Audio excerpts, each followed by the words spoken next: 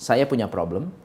Lalu beliau mengatakan, sedekah aja, sedekah aja, sedekah aja.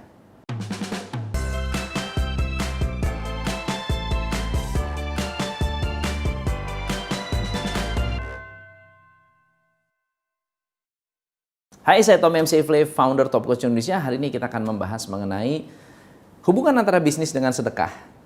By the way, ini bukan channel agama, jadi saya ingin selogik mungkin, senetral mungkin. Ilmu ini saya dapat dari mentor saya. Pada saat saya hampir berhenti, saya hampir melakukan apa yang disebut menyerah. Saya mengenal seseorang di Bogor yang hari ini sudah tidak ada, yang selalu mengingatkan saya untuk berbagi, yang selalu mengingatkan saya pentingnya sedekah. Beliau adalah salah satu pengusaha yang sukses.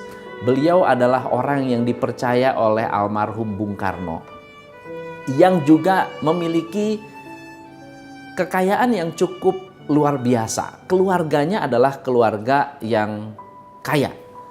Tapi ketika saya bertemu dengan beliau, beliau selalu mengingatkan tentang sedekah. Jadi waktu itu saya punya problem, lalu beliau mengatakan, sedekah aja, sedekah aja, sedekah aja. Tahun 93 saya bekerja di airport. Lalu kemudian pernah suatu hari ini malam-malam. Jadi dari Bogor saya mau naik bus pergi ke Cengkareng, tidak ada bus. Nggak ada bus. Oke? Intinya kalau saya bisa nyampe Jakarta aja, sampai Jakarta pasti bisa banyak banyak transport untuk pergi ke Cengkareng, ke airport. Jam 9 posisinya, lalu kemudian saya ada di terminal bus Bogor. Bus kosong, yang ke Kampung Rambutan pun nggak ada, entah kenapa. Lalu kemudian saya telepon mentor saya ini. Saya bilang, aduh, saya panggilnya Mas. Mas, saya lagi ada di Jakarta, saya lagi ada di terminal Bogor. Ada teman atau ada siapa nggak yang bisa bantu saya mau pergi ke Jakarta? Dia bilang, waduh, kalau jam segini udah nggak bisa. Dia bilang, udah nggak ada, karena beliau punya supir udah pulang. Lalu kemudian saya tanya, waduh, gimana ya? Dia tanya gini, kamu punya uang berapa di kantong, di dompet ada duit berapa? Saya ada 200.000. Dia bilang, sedekahin aja. Saya bilang, nggak ada hubungan amat sih. Saya mau pergi ke airport, saya mau berangkat ke airport, nggak ada bus. Waktu itu Damri nggak begitu populer. Saya nggak ada bus dan suruh sedekahin. Ah, udah nurut aja. Saya sedekahin. Ini true story, tapi nggak 100%. Saya sedekahin 100.000. Waktu itu 100.000 besar sekali. Jadi dia bilang ini, udah lu cari orang buta, cari anak terlantar, carilah, pecah-pecah tuh duitnya, sedekahin aja. Saya bilang ini bener-bener nggak masuk akal. Lalu kemudian saya ikutin lah, iseng-iseng. Namanya anak muda, waktu itu masih muda banget. Saya ikutin. Terus saya duduk di terminal, saya diem. Setengah jam, 45 menit, nggak ada kabar. Jam 10 ada anak kecil datang ke saya. Om mau kemana om? Saya bilang, saya mau ke Jakarta. Om, di sana jadi ada satu mobil Kijang hijau, mobil kayak mobil tentara. Lalu dia bilang, om, di sana ada om mau pergi ke pasar Senen, nggak punya ide, nggak tahu jalan. Om bisa tolong nggak? Om bisa bantu nggak? Saya bilang, ya udah bisa, saya datengin. Saya datengin. Pak, gimana Pak? Bisa saya bantu Pak? Iya Dek, saya mau pergi ke pasar Senen, mau jemput orang di Senen. Bisa nggak tolongin saya? Ada nggak yang tahu jalan? Saya bilang, saya tahu jalan. Saya ngekos di Cempaka Putih. Adik bisa nggak temenin saya? Boleh Pak, saya anterin ke pasar Senen. Habis itu saya bisa naik transport kantor. yang janjian di Pasar Senen.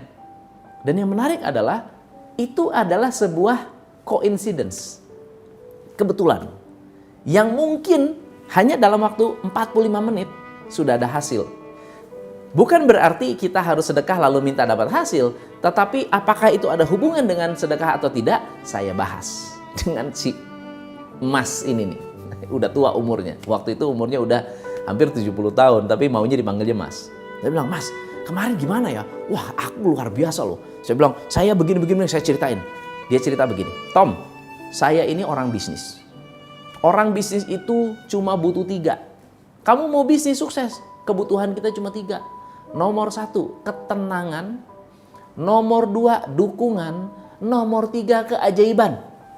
Kamu dapat 3, bisnismu sukses. Saya bilang, masuk akal sih. Ketenangan maksudnya apa? Ketenangan pikiran, ketenangan hati, ketenangan waktu tidur. Pokoknya tenang lah. Tidur tenang, itu udah luar biasa. Ya, kita bekerja dengan tenang, luar biasa. Berpikir dengan tenang, itu luar biasa. Nah, yang kedua adalah dukungan. Kalau kamu didukung karyawan, kalau kamu didukung pemerintah, kalau kamu didukung sama supplier, kalau kamu didukung sama customer, kamu udah tenang hidupnya. Tapi yang ketiga, kita butuh keajaiban. Keajaiban itu apa? Kemudahan. Ya, sesuatu yang di luar sana susah, kita gampang. Itu kemudahan, itu keajaiban. Saya bilang, ya 3 hal itu memang benar penting. Tapi apa hubungannya sama sedekah? Saya bilang gitu. Kenapa saya harus sedekah waktu itu? Saya benar-benar penasaran karena masih benar-benar blank. Dia bilang begini, ada 10 keuntungan kalau kamu sedekah.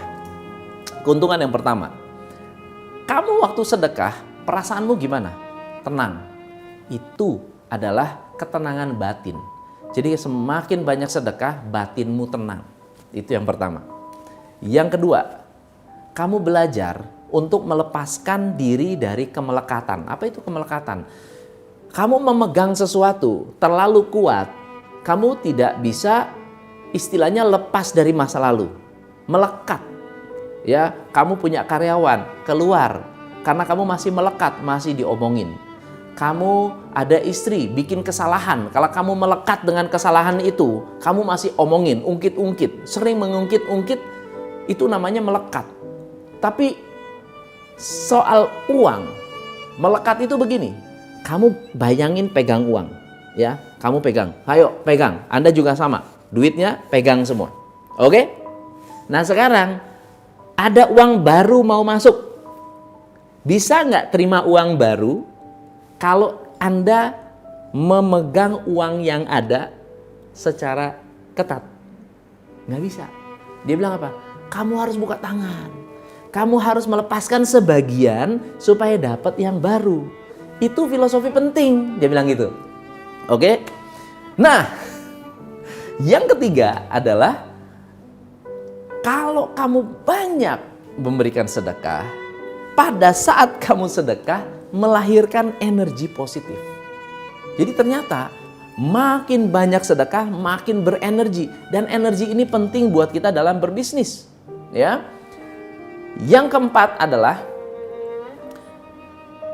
bersedekah itu melatih keyakinan. Apa maksudnya? Kamu waktu melepaskan 100.000, kamu nggak berani. Melepaskan 200.000, kamu nggak berani. Gimana kamu mau berbisnis seperti saya yang harus melepaskan 1, 2, 3 miliar untuk investasi? Kamu 100.000 aja nggak berani investasi. Gimana kamu mau invest 100 miliar? Gimana mau invest 1 triliun? 100.000 pun kamu nggak berani. Dan yang pertama itu. Yang kedua, kamu sebetulnya menguji keyakinan kamu sendiri bahwa kamu keluar 100.000, kamu akan dibalikin lebih daripada itu. Itu keyakinan. Dan bisnis butuh keyakinan. Saya bilang, nggak kepikiran, masuk akal. Lalu kemudian yang kelima, kamu sedekah, kamu hidup tenang, kamu berenergi, kamu dapat imbalan lebih dari uang.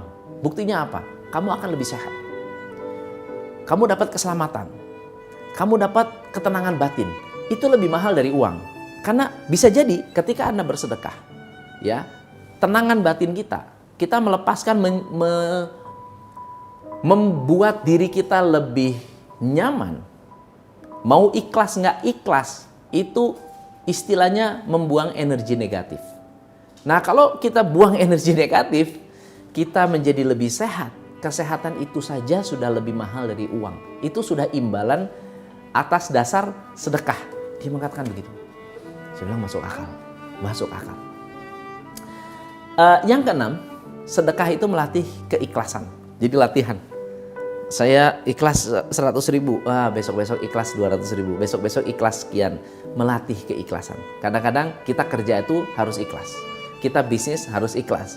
Kita bangun karyawan harus ikhlas. Kita ngelatih karyawan harus ikhlas. Sedekah itu anggap kita melatih keikhlasan. Yang ketujuh ini adalah yang cukup berkaitan dengan bisnis. Makin banyak sedekah, kamu makin banyak dapat dukungan. Kamu bersedekah kepada karyawan, kamu didukung sama karyawan. Kamu sedekah sama orang tua, kamu dapat dukungan dari orang tua. Kamu sedekah sama fakir miskin, kamu dapat doa dari fakir miskin. Kamu sedekah sama orang miskin, sedekah dengan yatim, sedekah dengan orang yang nggak mampu, ya kamu dapat dukungan dan doa dari mereka walaupun tidak terucap. Itu semua adalah sebuah dukungan. Dalam bisnis kita butuh 3. Ketenangan, dukungan, keajaiban. Yang kedelapan, kamu sedekah. Orang yang nerima sedekah itu belajar. Belajar apa? Belajar untuk nggak pelit. Kamu sedekah mengajarkan orang untuk tidak pelit. Dan yang menarik, kamu lihat semua orang kaya. Orang-orang kaya di luar sana, orang kaya di dunia, mereka adalah orang-orang yang rajin sedekah. Itu bukan kebetulan. Kenapa? Karena mereka tahu rahasia-rahasianya. Yang kesembilan, dia bilang begini, sering sedekah, sering dapat kejutan. Kalau kamu mau dapat kejutan, sering-sering mengejutkan orang. Saya bilang gimana caranya? Kalau kamu parkir bayar berapa? 2.000, kasih 20.000. Yang parkir dapat kejutan, suatu hari kamu juga sering-sering dapat kejutan. Kalau kamu bisa kasih 50.000, kasih 50.000. Nggak ada salahnya memberikan orang sebuah kejutan positif. Ya, shock very very happy. Ya, shock very very happy. Itu bagus banget. Nggak apa-apa.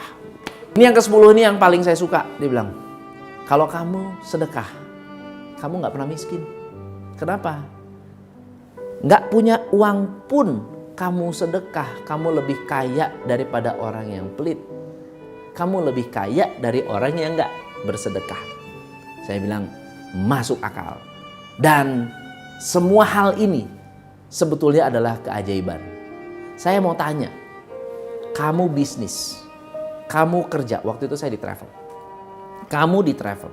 Menurut kamu, customer yang datang, yang dadak-dadakan datang ke tempat kamu, beli tiket, itu atas dasar apa? Promosi? Iya. Tapi mungkin nggak orang promosi nggak efektif? Ya mungkin. Mungkin nggak orang promosi tetap nggak suka? Ya mungkin. Jadi orang yang datang sebetulnya adalah keajaiban. Semua konsumen yang datang adalah keajaiban. Semua tim yang mau kerja sama kita adalah keajaiban. Kita bisa buka bisnis adalah keajaiban. Karena kalau dipikir-pikir, itu satu hal yang susah. Satu hal yang mustahil. Kalau nggak percaya, kalau kamu benar-benar pikir itu bukan keajaiban, kamu datang ke pinggir jalan, orang yang nggak punya pekerjaan, kamu bilang, kamu mau nggak bekerja? Suruh mereka datang ke tempat kita. Kita gaji. Belum lama bisa resign, bisa keluar. Kenapa? Karena memang bukan jodohnya. Jadi jodoh adalah satu keajaiban.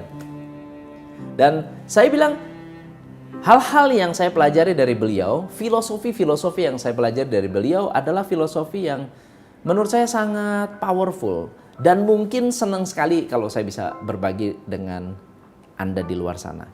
Dan kalau Anda suka, Anda boleh share, like, subscribe. Jangan lupa sharing di grup-grup teman-teman Anda, grup alumni, grup mungkin grup teman-teman lama, grup sekolah, dan seterusnya. Supaya banyak orang bisa belajar dari ilmu-ilmu yang basic seperti ini. Kalau Anda suka, komen. Kalau Anda punya pengalaman dengan sedekah, please share di komen. Dan siapa tahu kita punya pengalaman yang sama. Saya Tom MC Ifle, salam pencerahan.